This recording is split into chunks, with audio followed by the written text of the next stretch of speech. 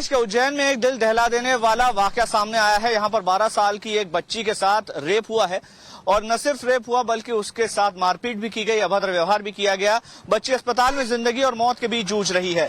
हम इस समय राजधानी भोपाल से तकरीबन 200 किलोमीटर दूर उज्जैन पहुंचे हैं और उज्जैन में ये वही जगह है जहां पर उस युवती को या कहूं मैं उस बच्ची को पहली बार देखा गया, स्पॉट किया गया और यहां पर स्थानीय लोगों ने उसकी मदद की, पुलिस को सूचित किया और तब जाकर कहीं पता चला कि उस बच्ची के साथ किस तरह का दुर्व्यवहार हुआ है। मध्य प्रदेश में सरकार कहती है, मंत्री कहती हैं, पुलिस कहती है कि अपराधियों के अंदर कानून का खौफ है, लेकिन इस तरह की वारदात होती है। यहाँ पर आचार्य जी हैं, इस गुरुकुल के संचालक हैं और यहाँ पर हमसे बातचीत भी करेंगे। इन्होंने ही सबसे पहले उस युवती को देखा था। बच्ची 12 साल की, इस तरह का घटनाक्रम हुआ है। पहले तो मुझे बताइए कि क्या हुआ यहाँ पर, कहाँ पर वो बच्ची आपको मिली, क्या घटनाक्रम हुआ था? मैं अपने गुरुकुल के मेन गेट की से बाहर जा रहा था। मुझे किसी इमरजेंसी मीटिंग में जाना था। जिससे ही मैंने बड़नेगर की ओर टर्न लिया, करीब मेरे आश्रम के गेट से 20 फीट की दूरी पर वह बालिका मुझे दिखाई दी नीचे। हाँ, बस यही भाग आप समझ सकते हैं। अच्छा।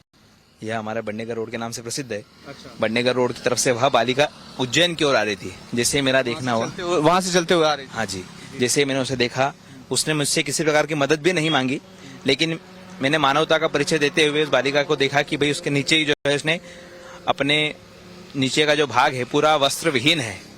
मुझसे आंखों से देखा नहीं गया। हम लोग 3 वस्त्र हमेशा धारण करते हैं, एक नीचे का वस्त्र, ऊपर कुर्ता, उसके ऊपर ऊपरी वस्त्र एक धारण करते हैं। अपने ऊपरी वस्त्र जो है कि मैंने बालिका को दिया, जिससे उसने अपने शरीर को ढका और मैंने उससे पूछा कि तुम्हें भूख लग रही है, कुछ खाने की इच्छा है? तब उसने हाँ का एहसास मुझे कराया। मैंने अपने आश्रम में जो भी मेरे यहाँ बना था बच्चों के लिए नाश्ता इत्यादि, मैंने उस बालिका को प्रोवाइड करवाया।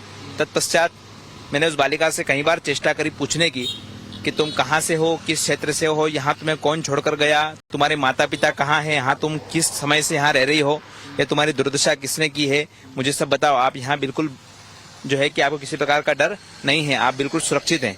ऐसा मैंने कई बार जानने की चेष्टा करी, लेकिन बालिका मुझे कुछ भी नहीं बता पाई। कुछ बोल रही थी, लेकिन हो सकता है कि मैं उसकी लैंग्वेज में समझ नहीं पा रहा था। यूपी बिहार की भाषा मुझे मालूम उसकी पड़ रही थी।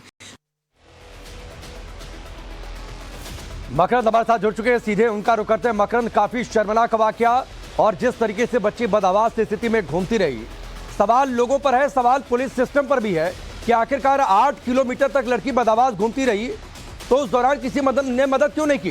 तो इस संबंध में भी कार्रवाई होनी चाहिए।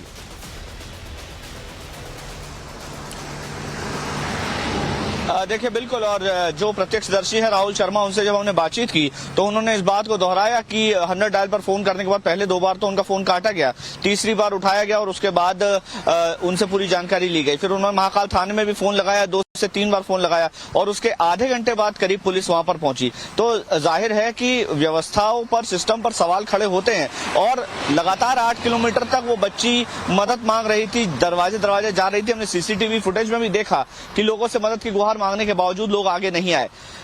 मंत्री हैं उषा ठाकुर, हमने जब उनसे इस बारे में चर्चा की तो उन्होंने कहा कि कई बार लोगों के मन में ये द्वंद रहता है कि ये सच बोल रही है कि झूठ बोल रही है, कहीं हम फंस नहीं जाएंगे। तो इस तरह के द्वंद में लोग मदद नहीं करते, लेकिन बच्चियों की मदद के लिए आगे आना चाहिए। तो मानवीयता भी कहीं ना कहीं शर्मसार होती है कि जब आप एक बच्ची को अर्धनग्न अवस्था में देख रहे हैं तो उसकी मानसिक स्थिति कुछ भी हो, वो किसी भी हालत में हो, उसकी मदद करनी चाहिए। लेकिन लोगों में इतनी भी मानवीयता नहीं थी, मानवता नहीं थी कि वो उसकी मदद करते। दूसरा, कानून व्यवस्था पर भी सवाल खड़े होते हैं, साथ ही साथ लोगों की जो मेंटेलिटी है उस पर भी सवाल खड़े होते हैं। एक आचार्य जी ने उसकी मदद की और उसके बाद पुलिस को बुलाकर उनके हवाले किया, वरना न जाने और कितने समय तक ये बच्ची इसी तरह से बदहवास हालत में घूमती रहती। अभी पता चल गया है कि ये बच्ची सतना की रहने वाली है। 363 वहां पर एक गुमशुदगी का मामला सतना में दर्ज है और उसके पेरेंट्स से भी अब पुलिस ने संपर्क साध लिया है। सतना पुलिस के माध्यम से उनसे भी संपर्क किया गया है और संभवतः कि वो उनको उज्जैन भी बुलाया जाएगा। तो अभी फिलहाल बच्ची भी सुरक्षित है, अस्पताल में डॉक्टरों की निगरानी में है। उसके साथ जो भी घटनाक्रम हुआ वो बहुत ज्यादा एक्सप्लेन तो नहीं कर पा रही, लेकिन ये बात तो अभी फिलहाल मेडिकल रिपोर्ट में आ गई है कि उसके साथ बहुत बहुत शुक्रिया मकरंद, हमसे जुड़ने के लिए पूरी जानकारी।